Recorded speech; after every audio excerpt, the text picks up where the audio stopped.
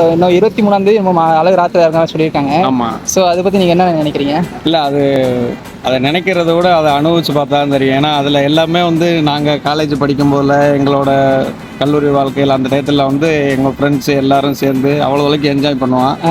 அது போக முடியலன்னு ரொம்ப வருத்தமாக தான் இருக்குது. நினைப்போம், ஒவ்வொரு டைமும் நினைப்போம் போகலாம் சரின்னு சொல்லிட்டு ஏதாவது ஒரு கமிட்மெண்ட் வந்துடும், எங்களால் போக முடியாது.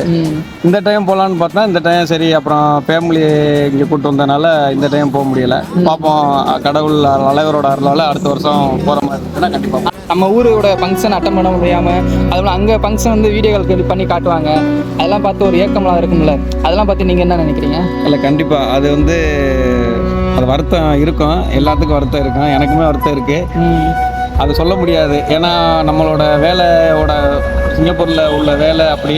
ஏன்னா அந்த வேலை கரெக்டாக நம்ம இதை வேணால் நம்ம வீட்லேயும் பார்க்கணும், செய்யணும், எல்லா கமிட்மெண்ட் இருக்குது, ஃபேமிலியை பார்க்கணும். அதனால் வந்து வேறு வழி இல்லை, எப்போயாவது அமையிற நேரம் போகிற மாதிரி இருக்கும், அவ்வளோதான்.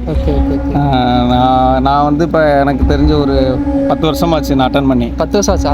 10 வருஷம் ஆச்சு. 10 வருஷம் ஆச்சு. அதாவது போகிறேன், ஒரு வருஷத்துக்கு 3 முறை 4 முறை ஊருக்கு போகிறேன் வர்றேன். ஆனால் அந்த சித்திரை திருவிழாவுக்கு முன்னாடி போக முடியாது போயிருது. எனக்கு அந்த லீவு வந்து கரெக்டாக அமைய மாட்டேங்குது. அதை விட எங்களுக்கு என்ன ஒரு வருத்தம்னா வந்து மதுரையில் நாங்கள் எங்கள் சொந்த ஊர் வந்து மானாமதுரை. மானாமதுரை எப்படி அதே மாதிரி மண்டபப்படி இருக்கோ அதே மாதிரி மானாமதுரையிலையும் அந்த அழகர் இறங்குறது எல்லா மண்டபப்படியும் போட்டு நல்லா விசேஷமாக கொண்டாடுவாங்க. மானாமதுரையிலையும் எங்களால் போக முடியல. பார்ப்போம், அடுத்த வருஷம் கண்டிப்பாக போகலான்ற ஒரு ஐடியா இருக்குது. கண்டிப்பாக போயிருவீங்க, அந்த நம்பிக்கை எனக்கு இருக்குது, கண்டிப்பாக மக்களுக்கும் இருக்குது. ஸோ மக்களுக்கு நம்ம சிங்கப்பூரில் வாழக்கூடிய நம்ம மதுரை மக்களுக்கு நீங்கள் என்ன சொல்லணும்னு ஆசைப்படுறீங்கன்னா? கடவுளை வேண்டிக்கிறேன், எல்லாரும் நல்லா வேலை பார்க்கணும், நல்லா இருக்கணும், எல்லாரும் நல்லா நோய் நொடி இல்லாமல் எல்லாரும் நல்லா இருக்கணும்.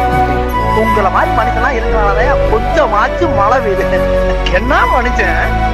கண்டிப்பாக எல்லாரும் கோயிலுக்கு போகிறதுக்கு அழகரை போய் சரி செய்கிறதுக்கு கிடைச்சவங்களுக்கு வாழ்த்துக்கள். லீவு கிடச்சி ஊருக்கு போகிறவங்களுக்கு வாழ்த்துக்கள். இன்னைக்கு கிடைக்காதவங்க வருத்தப்பட வேணாம், கண்டிப்பாக அடுத்த வருஷம் லீவு கிடச்சி எல்லாரும் சந்தோஷமாக போயிட்டு கொண்டாடிட்டு வரலாம். ரொம்ப நன்றி. ஓகே, ரொம்ப நன்றி.